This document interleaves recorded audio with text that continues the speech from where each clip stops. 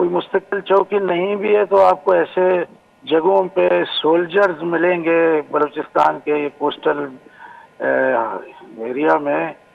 کہ آپ حیران ہو گئے کہ یہ ایکسیڈنٹ سے بچ رہے ہیں آپ. تو اس صورتحال کو بہتر بنانے کے لیے حکومت پاکستان کی ذمہ داری ہے, صدر پاکستان کی ذمہ داری ہے, گورنر بلوچستان میں بیٹھے ہوئے ہیں, وزیر اعلیٰ سرفراز بگٹی, اس کا کیبنٹ, ان ساروں کو اس معاملے کو حل کرنا چاہیے. اور وہ بہت سارے بھی ہمارے دوست جو نیشنلسٹ ہیں, حکومتی حلقوں کے ساتھ ان کی بڑی نزدیکیاں ہیں, ایم پی ایز ہیں, میں ان کو بھی یہ کوشش کرنی چاہیے کہ اس سفر کو آسان اور سہل بنایا جائے, یہ جگہ جگہ پوچھ گچھ یہ بند کی جائے. اس کے ذریعے سے یہ تو وہی ایک کلیکٹیو پنشمنٹ یا کوئی ایسی سزا ہے جو عمومی طور پر عوامی زندگی کو دی جا رہی ہے. ہم اس کی بھرپور مذمت و مخالفت کرتے ہیں. تو ایڈوکیٹ صاحب دوسری طرف جو حکومت کی بات کی جائے تو ہم دیکھتے ہیں کہ جب سردار اختر مینگل صاحب گوادر آیا تھا تو اس کے بعد تربت گئے تو اسی چیک پوسٹ میں وہ کھڑے ہو گئے. جو مسافر جو تیل بردار گاڑیوں کے جو مالکان تھے, ڈرائیور تھے, انہوں نے بھی ان سے بات چیت کی. اسی طرح جو ہے عوامی نمائندے کچھ موجود ہیں, اور اسی طرح ہم دیکھتے ہیں کہ وزیر اعلیٰ بلوچستان جو ہے جب نوشکی کا واقعہ ہوا, کل کابینہ کا اجلاس ہوا, ان کی جو ہے جو زخمی تھے ان کے ساتھ اظہار یکجہتی کی گئی, ان کی جو ہے عیادت کی گئی, ان کو کراچی بھجوا دیا گیا. تو لیکن ہم کوشش کرتے ہیں کہ ان کا موقف سامنے آئے, موقف نہیں دیتے ہیں. تو آپ نہیں سمجھتے ہیں کہ اس سے پہلے کہ ہم کوئی جان چلی جائے ہم اس پہ اظہار تعزیت کریں یا دکھ اور افسوس کا اظہار کریں, یہ تلار چیک پوسٹ میں ایسے ہی صورتحال ہے جو نوشکی کا واقعہ ہوا تھا. تو آپ نہیں سمجھتے جو ہمارے ارباب اختیار ہیں یا حکومت بلوچستان ہے اس کو کچھ حد تک اپنی ذمہ داریاں جو ہیں نبھانی چاہیے, پوری کرنی چاہیے, بجائے اس سے پہلے کسی کی جان چلی جائے؟ تو خاص طور پر حکومت بلوچستان جو بیٹھے لوگ ہیں, اس کے اتحادی جماعتیں, اس کو کیا کردار ادا کرنا چاہیے؟ بھئی بات یہ ہے کہ ایک میکانزم ہونی چاہیے نا. ہم بھی یہ کہہ رہے ہیں نا کہ کوئی ایسا سسٹم ہو جائے جو کہ زندگی آسان رہے. بلوچستان کو مشکلات میں پھنسایا جا رہا ہے, اور یہ فیصلے جو شخصیات کر رہے ہیں یا جو ادارے کر رہے ہیں ان کے فیصلے غلط ہیں. وہ عوامی مفادات کے خلاف ہیں, وہ رائٹ آف موومنٹ کے خلاف ہیں, وہ تمام کاروبار کو روک رہے ہیں. مطلب کوئی بھی سرکاری افسر اگر دن کو سفر کرے رات کو پہنچے تو دوسرے دن اپنا آفس جوائن کر سکتا ہے, لیکن بلوچستان میں وہ آفیسر جو ہے سفر کے دوران ہو سکتا ہے کہ دوسرے دن بھی کوئٹہ نہ پہنچ سکے. تو یہ تذلیل ہے, اس کو پہلے بھی لوگ تذلیل کہتے تھے, اب بھی ہم اس کو تذلیل ہی کہیں گے. پتہ نہیں کب یہ تذلیل ختم ہوگی. اور تو یہ سچویشن ہے, اس کی بھرپور مخالفت ہم کر رہے ہیں. اور ہم تو یہ سمجھتے ہیں کہ جن لوگوں کو اقتدار میں لایا گیا ہے اگر وہ بلوچستان کے یہ معاملات کو حل نہیں کر سکتے ہیں, بے چینی ہی رہے گی, اور پھر تو ان کو استعفیٰ دینا چاہیے. ان کو بیٹھنے کا کوئی حق نہیں ہے. اگر فیصلے ان کے ہاتھ میں نہیں ہیں تو ان کو بھی احتجاج کرنا چاہیے. بالکل, کہ سیکورٹی پلان ٹھیک ہے, ہو سکتا ہے کہ بلوچستان میں انسرجنسی ہے, سیکورٹی کا پرابلم ہے, لیکن مجھے نہیں لگتا کہ یہ تلار میں کھڑے ہوئے تیل بردار گاڑیوں کو چھوڑنے سے کوئی مسئلہ ہوگا. اگر آپ اس کو چھوڑیں گے تو وسیع روڈ ہے بلوچستان کا, وہ اپنا کام کر رہے ہیں, وہ یہیں کے لڑکے ہیں, چھوٹا سا روڈ ہے. تو مجھے امید ہے کہ ارباب اقتدار آپ کی اور ہماری بات سنیں گے اور ان پیچیدہ مسائل کو بلوچستان کے حل کریں گے, کیونکہ بلوچستان میں پہلے سے دوسرے معاملات میں بھی بہت مایوسی پائی جاتی ہے. تو لیکن ایڈوکیٹ صاحب دوسری طرف ہم یہ دیکھتے ہیں کہ جو کچھ دائرہ اختیار ہوتے ہیں ہمارے سیکورٹی اداروں کے, جو پیراملٹری فورسز ہیں, جو فورسز ہیں, تو کوسٹ گارڈ کے اکثر جو ہم دیکھتے ہیں چونکہ ہم بھی زیادہ محتاط ہیں تو ایک پیکا ایکٹ بھی ہمارے ایک تلوار کی طرح ہمارے سر پہ لٹک رہی ہے, لیکن جو معاملات موجود ہیں اس پہ ڈسکشن تو ہوگی. تو جو کوسٹ گارڈ ہے کنٹانی سے لے کر ہم جائیں ہمارے جو ہیں اب چوکی تک, وہاں یہ موجود ہے, لوگ تنقید پہ کرتے ہیں, اس کے رویوں پہ لوگ نالاں ہیں. تو بنیادی طور پر ہم دیکھتے ہیں کہ گوادر 0 پوائنٹ سے لے کر اتل تک ایسے آگے اب چوکی تک موجود ہے، لیکن ہم گزشتہ تقریباً 6-7-8 مہینے سے دیکھ رہے ہیں کہ انہوں نے جو ہے تلار پہ ایک چیک پوسٹ لگائی ہے جو کہ کوسٹ سے کافی دور ہے، کیونکہ پولیٹیکل ورکر کے ساتھ ساتھ آپ ایک سینئر قانوندان ہیں، تو جو اختیارات ہیں کوسٹ گارڈ کے اس پہ شاید آپ نے کوئی کیس بھی لڑا ہوگا، اس نے اپنے کام بھی کیا ہوگا، تو کیا قانون اس بارے میں کیا کہتا ہے کہ کوئی فورسز ہے خاص طور پر کوسٹ گارڈ وہ 70-80 کلومیٹر کوسٹ سے دور جا کے اپنے جو ہیں فرائض سر انجام دے سکتا ہے؟ ہم بات کر رہے ہیں تلاٹ چیک پوسٹ میں اس کا موجود ہے، سارا معاملات جو ہیں اسی کی وجہ سے ہو رہا ہے، تو اس پہ قانون کیا کہتا ہے؟ اس میں یہ